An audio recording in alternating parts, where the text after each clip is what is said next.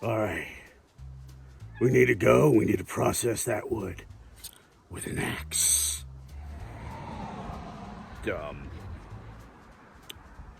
What do you mean by axe? You know, axe. This thing right here, axe. Aren't those like dangerous? I don't know how to use an axe. Okay, my survival school told me to baton. Okay, I don't use an axe. Axes are heavy and they're dangerous. The fuck you mean you don't know how to use a fucking axe? What kind of bitch are you? My friend's cousin, roommate, aunts, uncles, brothers really hurt himself with an axe. So I don't use one. Huh. You know what your problem is? You're a bitch. You're like really aggressive right now. You need anger management, I think. Dangerous. You better get the fuck out of my face before I use your fucking head as a fucking splitting log. You fucking pussy. You don't need to be so violent, okay? Violence is not the answer. You hurt my feelings today. You really did. Really. Hi, everybody, Vermont Survivalists. And this video is a request video. I decided to make a special video for this.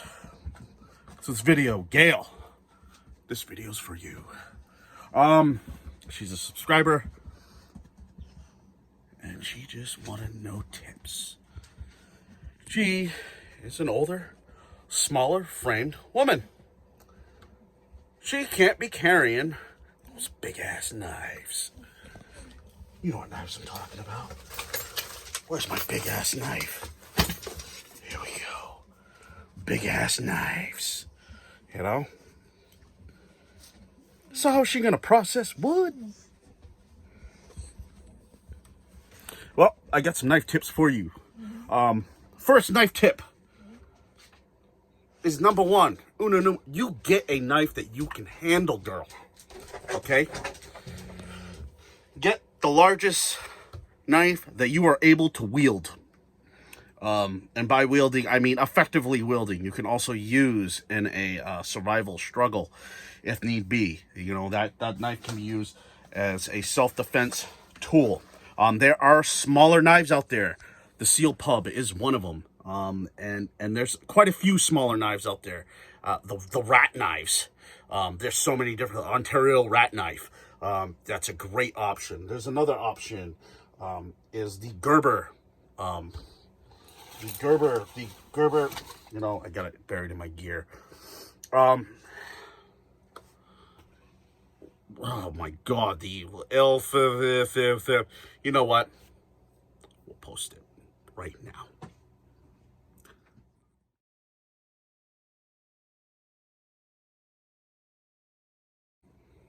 That knife right there. So there's that knife. And also there is the Charade Frontier knife. As you saw in the other video. Woohoo! Right there. I mean, it's 5 inches. Test out different blades. The good thing about most stores that sell these blades, you can actually pick them up and you can hold them, you can test them out. And you definitely want to get a knife that's fitted for you, something that you are able to carry. There is no set scale on what size blade you need, but suggestions is 1095, 1075, 1045 high carbon steel. Stay away from the stainless. Stay away from the stainless. Stainless steel is, yeah, it's questionable. If in a pinch, can you use it? Yes, but try to stay away from it, okay? There are knives, if you're on a budget, there are knives. Ontario Knives has the SP1 combat knife. You just need to take the coating off, so that means you're able to strike a ferrocerium rod. And there is other lighter knives, lighter options out there. I'm not you. Its knife is seriously personal. It's your personal preference. Now for wood processing, you got the little bit on the video. Now, batoning. We're back to this fucking subject of batoning. Okay, look, batoning. There should be no reason why you should be batoning with your edge tool. Okay, knives are not meant for that. Okay, let's get that right out of the way. I don't care what survival manual sits there and says it. Okay, I never once in a survival situation or been out in the woods felt the need to baton. You know what I mean? To process firewood. I mean, seriously, there's plenty of small sticks out there that you can grab to throw in the fire. You don't need to process larger logs. Seriously, that's some lazy shit right there. Seriously lazy shit. If you need to use your knife to process bigger logs, you are a lazy fuck. Get off your ass, go out in those woods, and I'm pretty sure you can find some smaller sticks. This is not directed to you, Gail, okay? This is directed to the people that are training these people to baton, because you need to process smaller logs. But if you must process smaller logs, well, there is an option. Say hello to my little friend right here. That was a really, really corny impression. Tomahawk.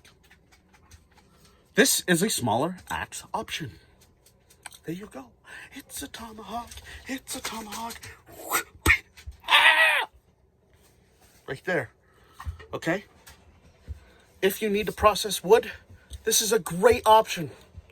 Great option. Carry a tomahawk.